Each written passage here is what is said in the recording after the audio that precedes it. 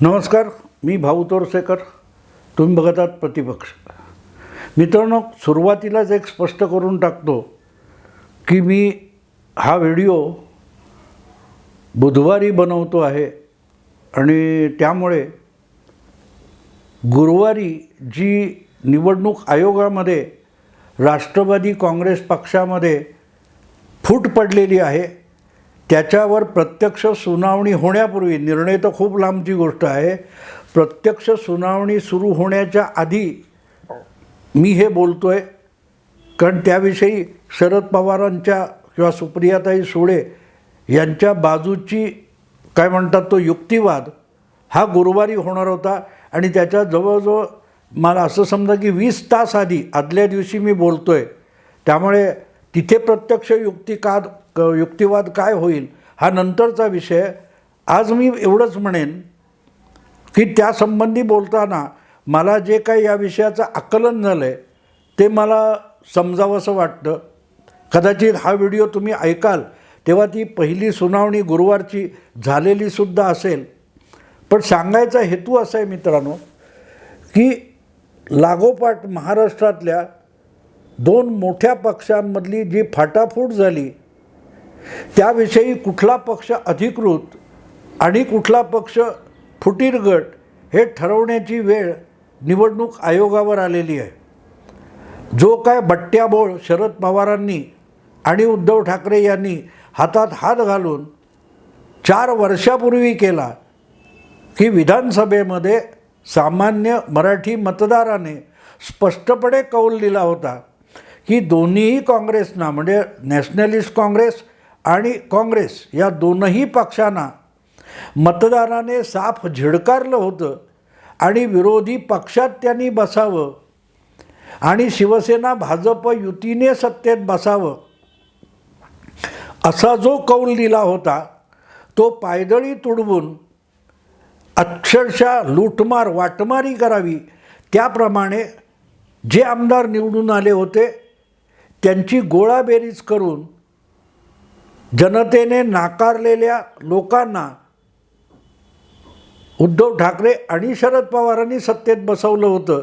त्यातून जो बट्ट्याबोळ राजकारणाचा झाला तो अजूनही निस्तरला जात नाही आहे. हे सगळ्यात पहिलं लक्षात घ्या की हा विषय एका बाजूला विधानसभेच्या अध्यक्षांसमोर शिवसेनेच्या अपात्र आमदारांचा विषय टांगलेला आहे, दुसरीकडे अजितदादा त्यांचा पक्ष टांगलेला आहे, खेरीज त्यांच्या पक्षाच्याही पात्र अपात्र आमदारांचा विषय येऊ घातलेला आहे.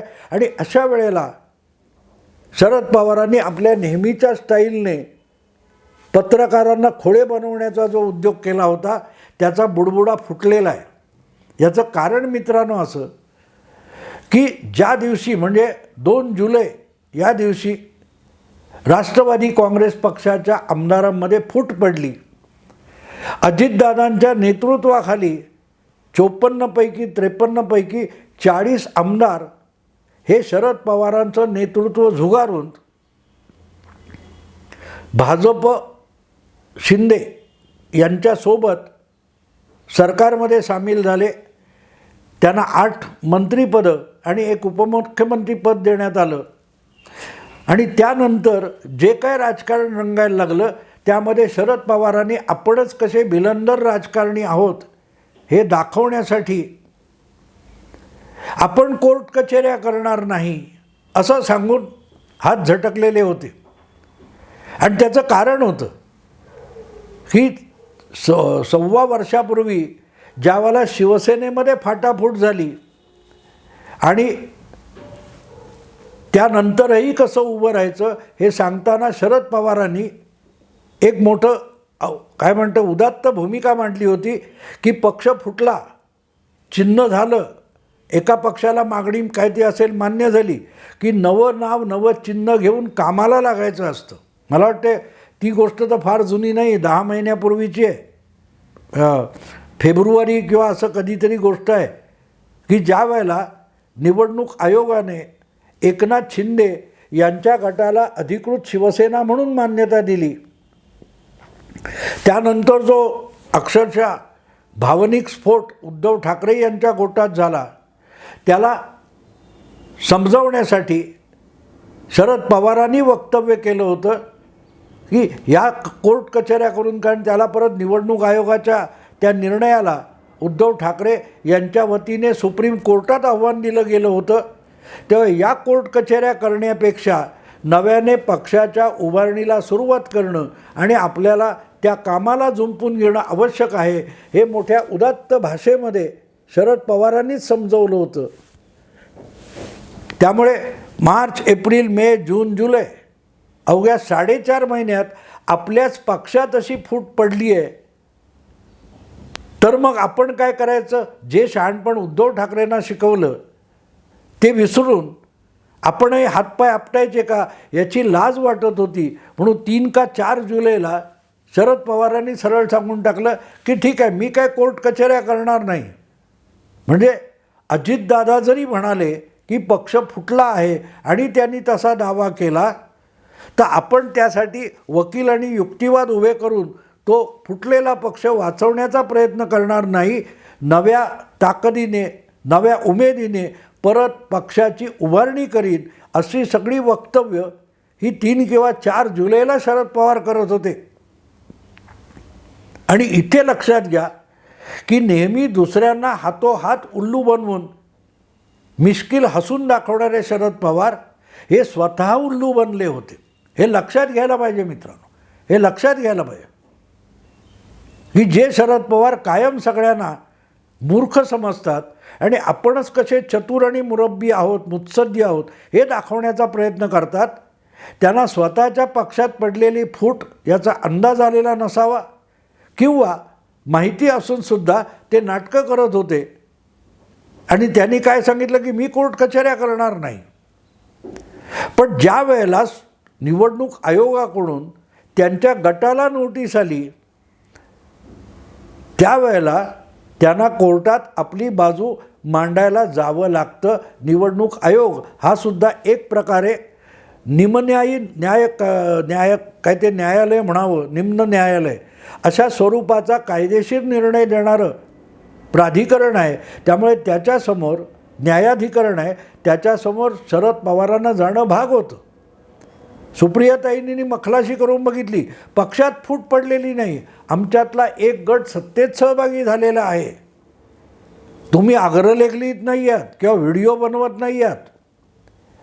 कायदेशीर गोष्टी ह्या भक्कम पुराव्याच्या आधारावर चालत असतात, स्वीकारल्या किंवा नाकारल्या जात असतात.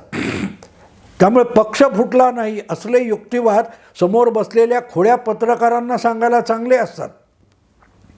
निवडणूक आयोगात किंवा न्यायालयात किंवा कायद्याच्या कसोटीवर असली बकवास काडी मात्र किमतीची नसते, याच्या अनुभवातून आत्ता शरद पवार जात आहेत. कारण आपण कोर्ट कचऱ्या करणार नाही असलं जे काय शहाणपण शरद पवार सांगत होते, तेव्हा आपल्याकडून काय घोडचूक झाली याचं भान आत्ता शरद पवारांना येतं आहे.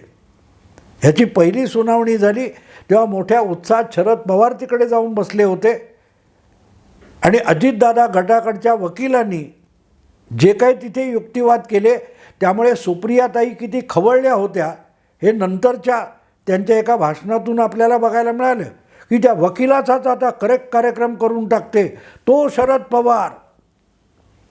सुप्रियाताईंना एवढं कळत नाही की इंग्रजीमध्ये अरे आणि अहो असा फरक नसतो,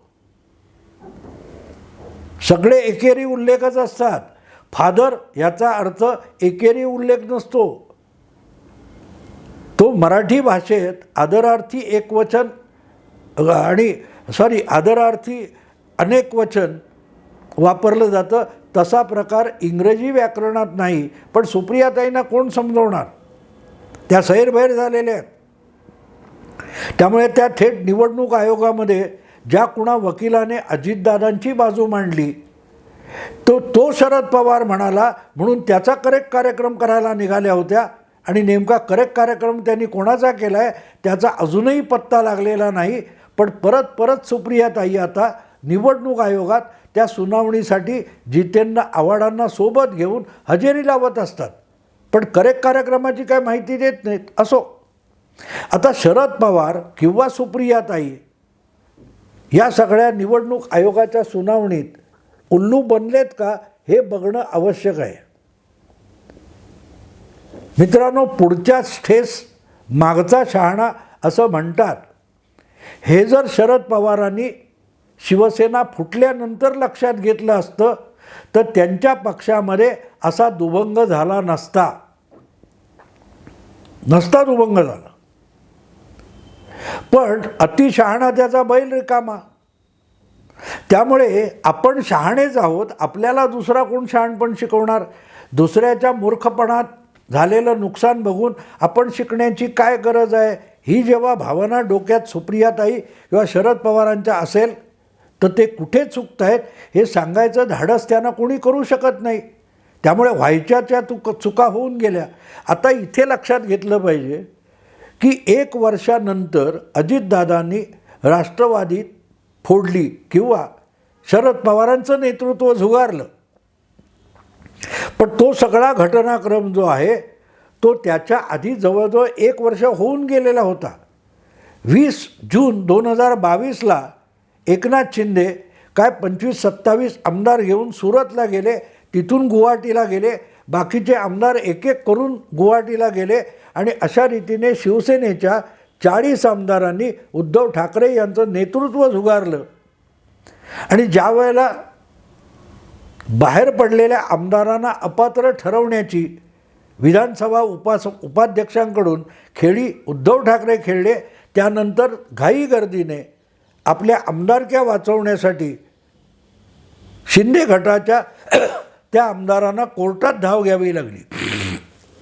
आता इथे एक गंमत लक्षात घेतली पाहिजे की ज्या वेळेला अशी परिस्थिती आली तेव्हा फक्त सुप्रीम कोर्टात जाऊन चालणार नाही, तर निवडणूक आयोगात जाऊनसुद्धा आपणच खरी शिवसेना आहोत हे दाखवणं आवश्यक आहे. हे एकनाथ शिंदे यांच्या लक्षात आलं होतं आणि त्यामुळे ज्या सगळ्या फाटाफुटीमध्ये कायदेशीर तरतुदींचा आधी अभ्यास केलेला होता त्यात एक त्रुटी राहून गेली होती. ती त्रुटी अशी की आपण वेगळे झालो तरी आमदार म्हणून वेगळे झाल्यानंतर 2/3 आमदारांना दुसऱ्या पक्षात विलीन व्हावं लागतं. आपण विलीन झालेलो नसू आणि आपणच ओरिजिनल पक्ष आहोत असा दावा करायचा असेल तर आधीपासून तसा दावा निवडणूक आयोगात ठोकावा लागतो. तो दावा एकनाथ शिंदे यांच्या गटाकडून शिवसेनेच्या बाबतीत केला गेलेला नव्हता. त्यामुळे मोठमोठे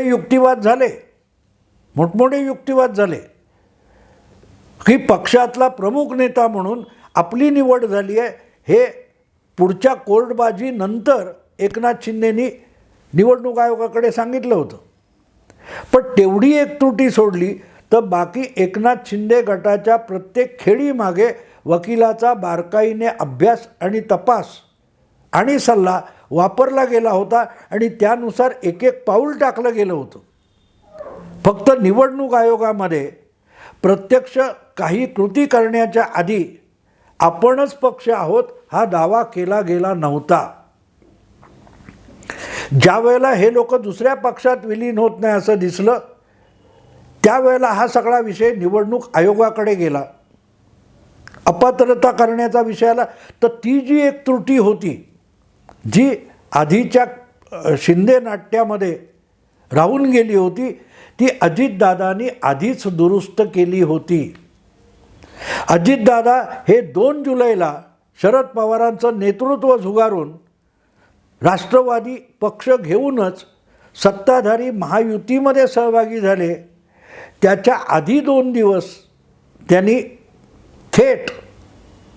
थेट निवडणूक आयोगामध्ये एक दावा करून ठेवला होता की राष्ट्रवादी काँग्रेस पक्षाची नवी कार्यकारी समिती निवडण्यात आली आहे, नवं नेतृत्व निवडण्यात आलं आहे आणि नव्या निवडीनुसार रीतसर झालेल्या घटनात्मक निवडणुकीनुसार अजितदादा पवार हे पक्षाचे सर्वोच्च नेते आहेत आणि त्यांची ही कार्यकारिणी आहे. हे निवडणूक आयोगामध्ये आधीच अजितदादांकडून 30 जूनला गेलं होतं ज्याचा पत्ता शरद पवारांना सुप्रियाताईंना नव्हता. अर्थात शरद पवारांनी त्याच्या आधी दिल्लीमध्ये एक सगळ्या प्रदेश अध्यक्षांची बैठक घेऊन स्वतःला पुन्हा एकदा अध्यक्ष असल्याची घोषणा केली होती. पण तोपर्यंत त्यांचा पक्षच मुळात राष्ट्रीय पक्ष राहिलेला नव्हता. त्यामुळे त्यांचे प्रादेशिक अध्यक्ष काय निवड करतात याला काडीचा अर्थ नव्हता. तर जी घटना आहे त्या घटनेनुसार जी कार्यकारिणी होती त्यामध्ये प्रस्ताव पास करणं आवश्यक होतं, तो झालेला नव्हता. पण ती सगळी चतुराई अजितदादांनी पक्षांतर करण्यापूर्वी किंवा शरद पवारांचं नेतृत्व झुगारण्यापूर्वी ती औपचारिकता कायदेशीर पातळीवर पूर्ण केली होती. त्याची माहिती निवडणूक आयोगाला सुद्धा कळवली होती. म्हणजे 30 जूनला हा पक्षांतर्गत फेरबदल अजितदादांनी निवडणूक आयोगाला कळवला होता आणि त्यानंतर 2 दिवसांनी म्हणजे 2 जुलैला अजितदादांनी उघडपणे आपल्या 40 आमदारांसकट हा महायुतीत जाण्याचा निर्णय घेतला. आणि तुम्हाला आठवत असेल तर आजसुद्धा शरद पवारांच्या सोबत राहिलेले अमोल कोल्हे नावाचे लोकसभेतील राष्ट्रवादीचे खासदार त्या राजभवनातल्या शपथविधीला हजर होते. याचा अर्थ असा होतो मित्रांनो, साधा सरळ अर्थ असा होतो की अजितदादा हे राष्ट्रवादी पक्ष घेऊन महायुतीत सहभागी झालेत, तर आपणही त्यांच्याबरोबर तिथे जाणं आवश्यक आहे हे राष्ट्रवादीच्या बहुतेक कार्यकर्त्यांना, नेत्यांना, आमदारांना, खासदारांना माहिती होतं आणि मान्य होतं. आणि इथे मग गंमत लक्षात येते की जी त्रुटी एकनाथ शिंदेंच्या कायदेशीर नाट्यामध्ये बाकी राहून गेली होती, ती त्रुटी ही अजितदादांच्या सत्तांतर नाट्यामध्ये दूर करण्यात आली होती. ती उणीव भरून काढण्यात आली होती. आणि म्हणूनच निवडणूक आयोगासमोर आता जो युक्तिवाद होणार आहे की खरा पक्ष कोणाचा, सुप्रियाताई आणि शरद पवारांचा की अजितदादा पवार आणि तटकरे प्रफुल्ल पटेल यांचा, याच्यावर जेव्हा युक्तिवाद होणार आहेत त्यामध्ये निवडणूक आयोगाला योग्य वेळी आपल्या पक्षातल्या घडामोडींची, फेरबदलाची माहिती जर शरद पवारांकडून दिली गेलेली नसेल, लेटेस्ट माहिती, तर मग अजितदादांचं पारडं निवडणूक आयोगात जड होतं. आधीच त्यांचं पारडं एकनाथ शिंदे यांच्या मार्गाने गेल्यामुळे जड आहेच. पण तरीही सुप्रीम कोर्टामध्ये किंवा अन्यत्र कायदेशीर युक्तिवादात एकनाथ शिंदे यांच्या सगळ्या हालचालीमध्ये राहिलेली उणीव जी सांगितली जाते ती सुद्धा अजितदादांच्या बाबतीत भरून काढण्यात आलेली आहे. आणि त्यामुळे ज्या प्रकारे अजितदादांनी सगळे डाव टाकले त्यात त्यांनी आपल्या काकांपेक्षा आपण सवाई आहोत हे दाखवून दिलं. आधी निवडणूक आयोगामध्ये सगळी फिल्डिंग लावून घेतली आणि शेवटच्या क्षणापर्यंत आपल्याला प्रदेशाध्यक्ष व्हायचं असं बोलत काकांना आणि चुलत बहिणीला सुप्रियाताईंना गाफील ठेवलं आणि उठून राजभवन गाठलं. मुद्दा इतकाच आहे मित्रांनो की अजितदादांनी जे काय बंड पुकारलं त्यामध्ये अजितदादा हे अपुऱ्या तयारीनिशी उतरलेत हा भ्रम निवडणूक आयोगात जाईपर्यंत सुप्रियाताई आणि शरद पवार भ्रमात होते. त्यांची अजितदादांनी यशस्वीरित्या फसगत केली असं आपण म्हणू शकतो. त्यामुळे जे काही निवडणूक आयोगात होईल त्याचे युक्तिवाद समोर येतील तेव्हा मी यावर अधिक बोलेन. पण एक गोष्ट मान्य करायला पाहिजे की नुसतं बंड पुकारून अजितदादांनी आपल्या काकांना शह दिला, राजकीय शह दिला असं म्हणता येत नाही. त्याच्याही पुढे जाऊन अतिशय सहजपणे अजितदादांनी कायदेशीर, घटनात्मक आणि डावपेचात आपल्या काकांना धोबी पछाड दिला आहे. कारण जे काय प्रकरण आता निवडणूक आयोगात आहे ते माझ्या मते अजितदादांना झुकतं माप देणारं आहे. आणि त्याचं एकमेव सगळ्यात मोठं कारण काय असेल तर शरद पवार आणि सुप्रियाताई यांची यशस्वीरित्या फसगत करण्यात अजितदादा यशस्वी झालेत असं मला वाटतं. आत्ता इथेच थांबतो. आवडलं लाईक करा, शेअर करा, सबस्क्राईब करा. नमस्कार.